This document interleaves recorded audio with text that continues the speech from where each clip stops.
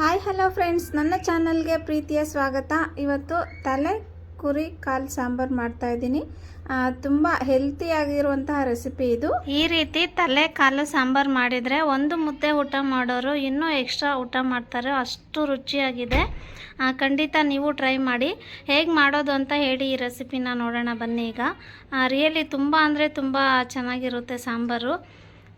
ಹಳ್ಳಿ ಸ್ಟೈಲಿಯಲ್ಲಿ, ಹೋಟೆಲ್ ಸ್ಟೈಲಲ್ಲಿ ನೀವು ಯಾವ ರೀತಿ ಆದರೂ ಮಾಡ್ಕೊಂಡು ತಿನ್ನಿ, ಅಷ್ಟು ಚೆನ್ನಾಗಿತ್ತು ಸಾಂಬಾರು. ಹಾಯ್ ಫ್ರೆಂಡ್ಸ್, ನಮಸ್ತೆ. ಇವತ್ತು ನಾನು ಕುರಿ ತಲೆ ಕಾಲು ಸಾಂಬಾರು ಮಾಡ್ತಾಯಿದ್ದೀನಿ. ಸೊ ಹಳ್ಳಿ ಸ್ಟೈಲಿಯಲ್ಲಿ ಯಾವ ರೀತಿ ಮಾಡೋದು ಅಂತ ಹೇಳಿ ತೋರಿಸ್ಕೊಡ್ತಾ ಇದ್ದೀನಿ. ತುಂಬ ರುಚಿಯಾಗಿರುತ್ತೆ. ನೋಡಿ, ಇಲ್ಲಿ ನಾನು ಕುರಿ ತಲೆನ ಒಂದು ತಲೆ ತೊಗೊಂಡಿದ್ದೆ. ಸೊ ಅದನ್ನು ಈಗ ಕುಕ್ಕರ್ಗೆ ಸೇರಿಸ್ತಾ ಇದ್ದೀನಿ. ಇದು ಕಾಲು, 2 ಕಾಲಿದೆ. ಸೊ ಕಾಲನ್ನು ಸಹ ಸೇರಿಸ್ಕೊಳ್ತಾ ಇದ್ದೀನಿ.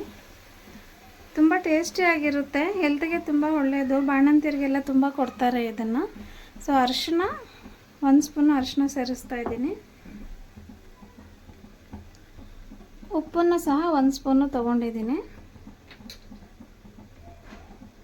ಹಾಗೆ ಹಸಿಮೆಣಸಿನ್ಕಾಯಿ 2 ಹಸಿಮೆಣಸಿನ್ಕಾಯಿನ ತೊಗೊಂಡಿದ್ದೀನಿ. ಈಗ ಇದಕ್ಕೆ ನೀರನ್ನು ಸೇರಿಸ್ಕೊಳ್ಳೋಣ. ಜಸ್ಟ್ ಇದು ಮುಳುಗೋಷ್ಟು ನೀರಾದರೆ ಸಾಕು.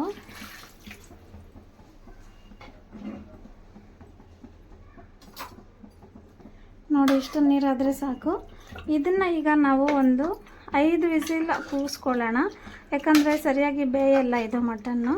ಹಾಗಾಗಿ 5 ವಿಸಿಲ್ನ ಬೇಯಿಸ್ಕೊಳ್ಳೋಣ. 5 ವಿಸಿಲ್ ಬೇಯಿಸ್ಕೊಂಡು ಈಗ ಮಸಾಲೆಗೆ ಪ್ರಿಪೇರ್ ಮಾಡ್ಕೊಳ್ಳೋಣ ಬನ್ನಿ.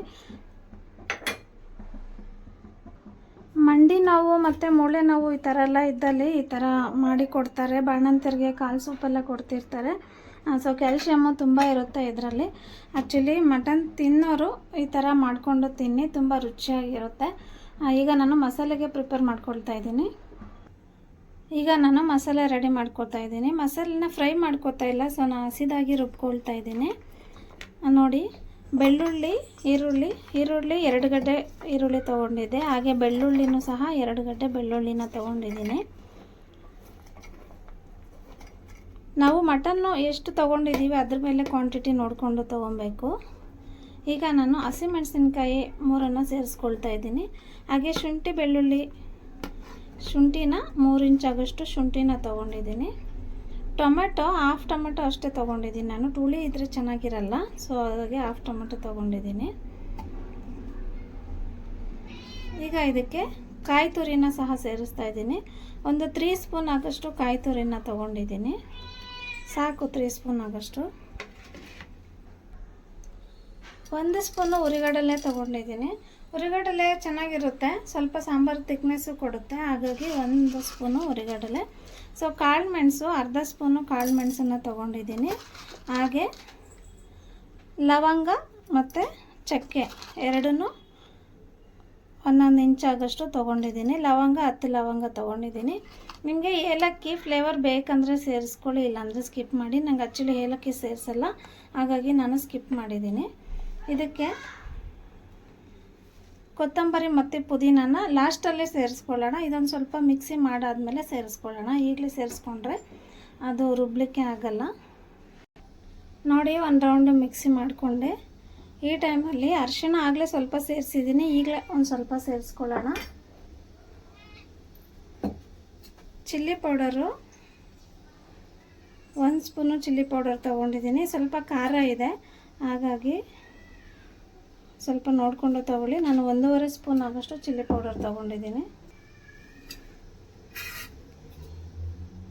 ಧನಿಯಾ ಪೌಡರು 2 ಸ್ಪೂನ್ ಧನಿಯಾ ಪೌಡರನ್ನು ಸೇರಿಸ್ಕೊಳ್ತಾ ಇದ್ದೀನಿ.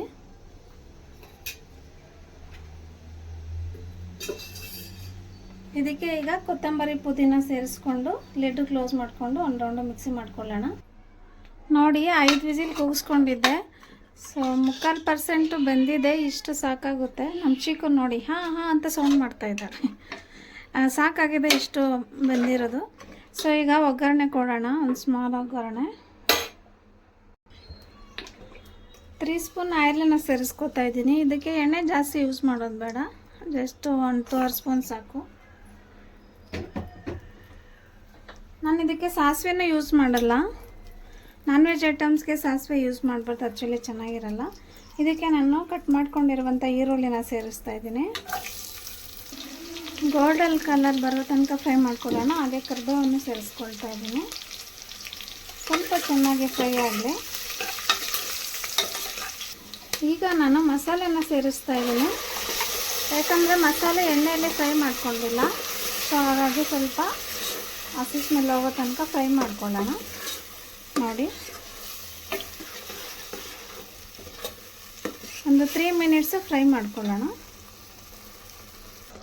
ನೋಡಿ, ಹಸಿ ಸ್ಮೆಲ್ ಹೋಗೋ ತನಕ ಫ್ರೈ ಮಾಡ್ಕೊಂಡಾಯಿತು. ಈಗ ಇದಕ್ಕೆ ನಾನು ಬೇಯಿಸ್ಕೊಂಡಿರುವಂತಹ ತಲೆಕಾಲನ್ನು ಸೇರಿಸ್ಕೊಳ್ತಾ ಇದ್ದೀನಿ. ಅದರಲ್ಲಿ ಇತ್ತಲ್ಲ ನೀರು, ನೋಡಿ ಎಲ್ಲ ಸೇರಿಸಿ ಇದನ್ನು ಒಂದು ರೌಂಡ್ ಮಿಕ್ಸ್ ಕೊಟ್ಟು, ಸಾಲ್ಟು ಸಾಕಾಗಿಲ್ಲ ಅಂದರೆ ನೋಡಿಕೊಂಡು ಸೇರಿಸ್ಕೊಳ್ಳಿ. ಆ್ಯಕ್ಚುಲಿ ಸಾಲ್ಟು ಸಾಕಾಗಿದೆ. ಏನಕ್ಕಂದರೆ ಫಸ್ಟು ನಾವು ಬೇಯಿಸ್ಬೇಕಾದ್ರೂ ಸಾಲ್ಟ್ ಸೇರಿಸ್ಕೊಂಡಿದ್ದೆ. ಸೊ ಈಗಲೂ ಸಹ ಸಾಲ್ಟ್ ಹಾಕಿದ್ದೆ ಆಗಲೇ ಮಸಾಲೆಗೆ.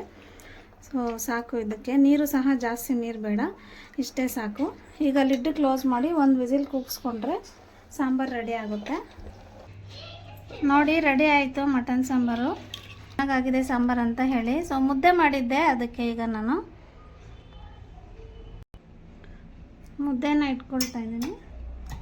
ಸೊ ರುಚಿಕರವಾದಂತಹ ತಲೆ ಮಾಂಸ ರೆಡಿಯಾಗಿದೆ.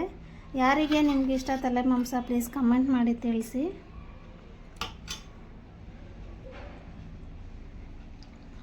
ನೋಡಿ, ರೆಡಿ ಆಯಿತು sambar. Thank you so much for watching video. ಇಷ್ಟ ಆಗಿದೆ ಅಂತ ತಿಳ್ಕೊಂಡಿದ್ದೀನಿ. ನೀವು ಖಂಡಿತ ಟ್ರೈ ಮಾಡಿ, ನಿಮಗೂ ಇಷ್ಟ ಆಗುತ್ತೆ. ನೋಡಿದ್ರಲ್ವ ಎಷ್ಟು ಚೆನ್ನಾಗಿದೆ ಸಾಂಬಾರು ಅಂತ ಹೇಳಿ. ತುಂಬ ಟೇಸ್ಟಿಯಾಗೂ ಬಂದಿತ್ತು ಸಾಂಬಾರು. ಯಾರಿಗೆ ಮುದ್ದೆ ಜೊತೆ ಇಷ್ಟ ಆಗುತ್ತೆ ಕಮೆಂಟ್ ಮಾಡಿ ತಿಳಿಸಿ. Thank you so much for watching video. Next ವಿಡಿಯೋದಲ್ಲಿ ಮತ್ತೆ ಒಂದು ಹೊಸ ರೆಸಿಪಿಯೊಂದಿಗೆ ಬರ್ತೇನೆ. ಬಾಯ್.